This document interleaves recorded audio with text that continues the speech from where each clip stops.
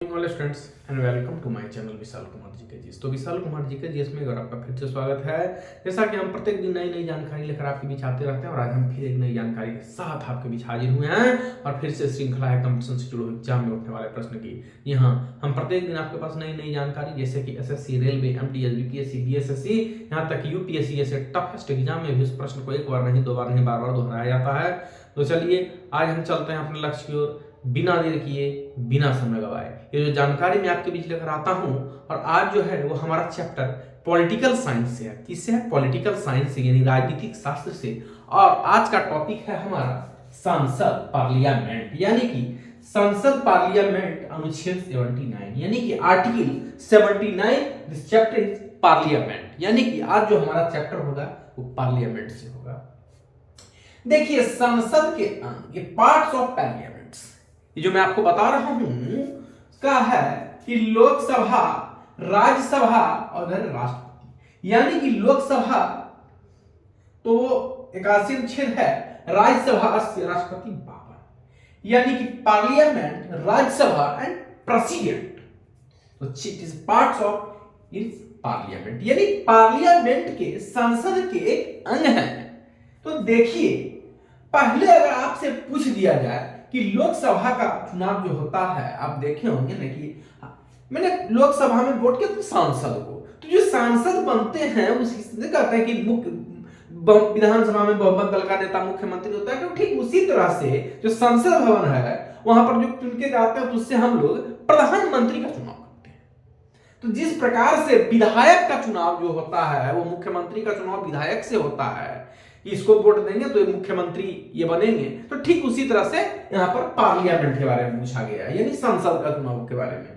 तो देखिए, लोकसभा का तो जानते हैं कि लोकसभा और विधानसभा का चुनाव तो सीधे जनता के द्वारा होता है, उसमें जनता वोटिंग करती है। तो सदस्य सीधे जनता के द्वारा निर्वाचित होते हैं। किसके द्वारा निर्वाचित होते हैं? जनता के द्वारा, पब्लिक स्टूडेंट। चलिए, उनका कार्यकाल अब पूछा गया, तो कार्यकाल कितने दिनों का होता है? टाइम तो उनका 5 साल, यानी कि लोकसभा और विधानसभा का कार्यकाल 5 वर्ष का होता है। कितने वर्ष का होता है? 5 वर्ष का। अब यहां पूछा गया न्यूनतम आयु। लोकसभा में जाने के लिए हमारे पास न्यूनतम कितनी आयु होनी चाहिए? तो न्यूनतम आयु 25 वर्ष की होनी चाहिए। कितने सालों की होनी चाहिए? तो 25 वर्ष हमारी आयु होनी चाहिए। अब वर्तमान में कितने सदस्य हैं? तो जिस प्रकार से वर्तमान सदस्य के बारे में पूछे तो 545। कितने हैं? 545। चलिए, अब आते हैं राज्यसभा में, अनुच्छेद 80 में। देखिए, राज्यसभा वो उसमें जनता वोटिंग नहीं करती है। जिस प्रकार से विधानसभा, लोकसभा और विधानसभा में जनता वोटिंग करती है, वहां पे राज्यसभा में नेट्स ऑफ पब्लिक वोट, वहां पर जनता वोट नहीं करती है। तो अप्रत्यक्ष रूप से निर्वाचित किया जाता है। वो अस्थायी सदन होता है राज्यसभा, कार्यकाल 6 वर्ष का होता है। देखिए, अब अप्रत्यक्ष रूप से निर्वाचित, अस्थायी सदन, दूसरा अब पूछा गया है कार्यकाल के बारे में। तो जिस प्रकार से लोकसभा का कार्यकाल 6 वर्ष का होता है, तो यहां पर राज्यसभा का कार्यकाल, लोकसभा का कार्यकाल 5 साल का होता है ना, 5 इयर्स का लोकसभा होता है, विधानसभा और लोकसभा का तो 5 साल का होता है। अब यहां पूछा गया राज्यसभा, तो राज्यसभा का कार्यकाल 6 वर्ष का होता है, याद रखिएगा। राज्यसभा और एमएलसी, यानी कि member of legislative council, Vidhan Parishad, अगर पूछ दिया प्रश्न कि राज्यसभा और विधान परिषद का कार्यकाल कितने वर्षों का होता है, तो 5 वर्ष में नहीं मारिएगा, लोग 5 वर्ष में मार देते हैं, उसका 6 वर्ष का कार्यकाल रहता है, याद रखिएगा। न्यूनतम आयु, न्यूनतम आयु तो यहाँ जिस प्रकार से लोकसभा में जाने के लिए न्यूनतम आयु 25 वर्ष होनी चाहिए, तो ठीक उसी प्रकार से राज्यसभा जाने के लिए न्यूनतम आयु 30 वर्ष होनी चाहिए, 30 इयर्स ओल्ड। चलिए, अब अधिकतम सदस्य, अधिकतम सदस्य कितने हो सकते हैं? तो 250, यानी 250। और वर्तमान में कितने हैं? वर्तमान में भी राज्यसभा में कुल कितने हैं? तो 245 की है। चलिए, अब संसद के सत्र में देखिए, संसद का जो सत्र होता है उसमें क्या क्या है? तो बजट सत्र होता है, मॉनसून सत्र होता है और शीतकालीन सत्र होता है। अब पूछा गया है कि समितियां कितनी होती हैं संसद में? तो लोक अनुमान, लोक लेखा, विशेष तर्क एवं अस्थायी।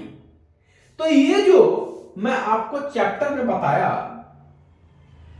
तो ये जो अंग मैंने बताया ना, ये किससे जुड़ा हुआ था कि पार्लियामेंट यानी संसद से, याद रखिएगा।